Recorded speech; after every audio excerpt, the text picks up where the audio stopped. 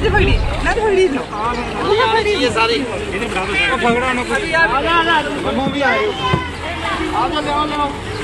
जो अभी आपने देखा वो बीती 28 अगस्त का पंजाब का दर्दनाक मंजर है। अब स्थिति और भी भयावह है। वेस्टर्न कमांड इंडियन आर्मी की तरफ से एक्स पर शेयर किए गए इस वीडियो को अब एक बार फिर से गौर से देखिए, आपको पता लगेगा। मासूम बच्चे इंडियन आर्मी जल प्रलय के बीच किसी एक गुरुद्वारे से रेस्क्यू कर रही है। आवाज लगाती महिला अपनों को बचाने के लिए इतनी लालायित है कि उन्हें लग रहा है कि बस उनके बच जाए, कुछ बचे चाहे ना बचे। यकीनन अभी तक यानी 4 सितंबर 2005 तक भी पंजाब के लगभग सभी तराई क्षेत्रों की यही दशा है। पठानकोट, जालंधर, गुरदासपुर, होशियारपुर, अमृतसर, कपूरथला, फिरोजपुर और फाजिलका जैसे जिलों में त्राहिमाम है। 1988 के बाद पंजाब ने इतना बड़ा जल प्रलय देखा है। आज इस प्रलय से जिंदा बच पाना एक कला है। जो जिंदा बच जा रहे हैं उनके पास कुछ भी नहीं बच रहा है। कमोबीश यही स्थिति हिमाचल, जम्मू कश्मीर, उत्तराखंड, यूपी, बिहार, मध्य प्रदेश और दिल्ली एनसीआर की भी है।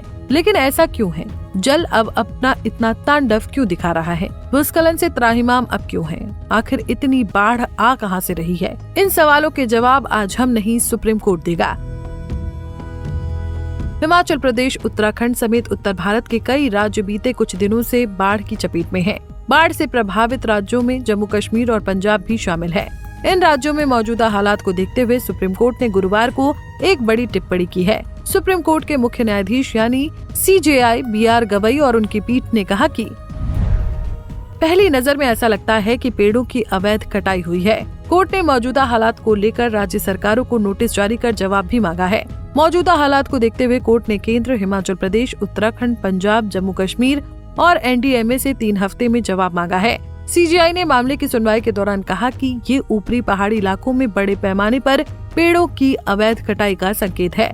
CJI BR गवई और K विनोद चंद्रन की पीठ ने सॉलिसिटर जनरल तुषार मेहता से कहा कि वो संबंधित अधिकारियों से संपर्क कर इसके कारणों का पता लगाएं। इस पर सॉलिसिटर जनरल यानी SG मेहता ने कहा कि वो पर्यावरण एवं वन मंत्रालय के सचिव से संपर्क करेंगे और उनसे विस्तृत जानकारी प्राप्त करने का अनुरोध करेंगे।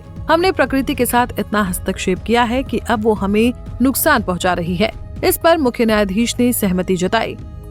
CJI गवई ने आगे कहा कि हमने अभूतपूर्व बारिश और बाढ़ देखी है। ये एक बहुत ही गंभीर मामला लगता है। हम पंजाब, उत्तराखंड, हिमाचल प्रदेश और जम्मू कश्मीर राज्य को नोटिस जारी करते हैं। इन राज्यों की सरकारें अगले 3 हफ्ते में हमें जवाब दें। उन्होंने SG तुषार मेहता से कहा कि केंद्र भी इस पर ध्यान दे। ये एक बहुत ही गंभीर मामला लग रहा है। मीडिया में दिखाया जा रहा है कि हिमाचल प्रदेश में बड़ी संख्या में लकड़ी के ब्लॉक बह रहे हैं।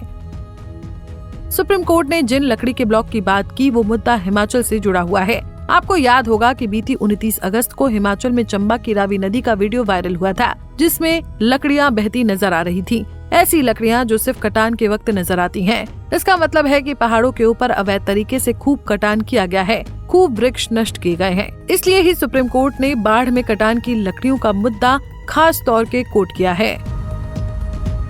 आपको बता दें कि पिछले कुछ दिनों से उत्तर भारत के कई राज्यों में आसमान से आफत बरस रही है। फ्लैश फ्लड यानी बादल फटने की घटनाओं, भारी बारिश और लैंडस्लाइड जैसी आपदाओं में सैकड़ों जाने गई हैं। ये आफत थमने का नाम नहीं ले रही है। अब एक बार फिर कई राज्यों में संकट के बादल छाए हुए हैं। भारतीय मौसम विभाग यानी IMD ने 4 राज्यों में फ्लैश फ्लड की चेतावनी जारी की है। इन राज्यों में उत्तराखंड, जम्मू कश्मीर, लद्दाख और हिमाचल प्रदेश शामिल है। मंगलवार को उत्तर पश्चिम भारत के कई इलाकों में भारी बारिश के बाद ये अलर्ट जारी किया गया है।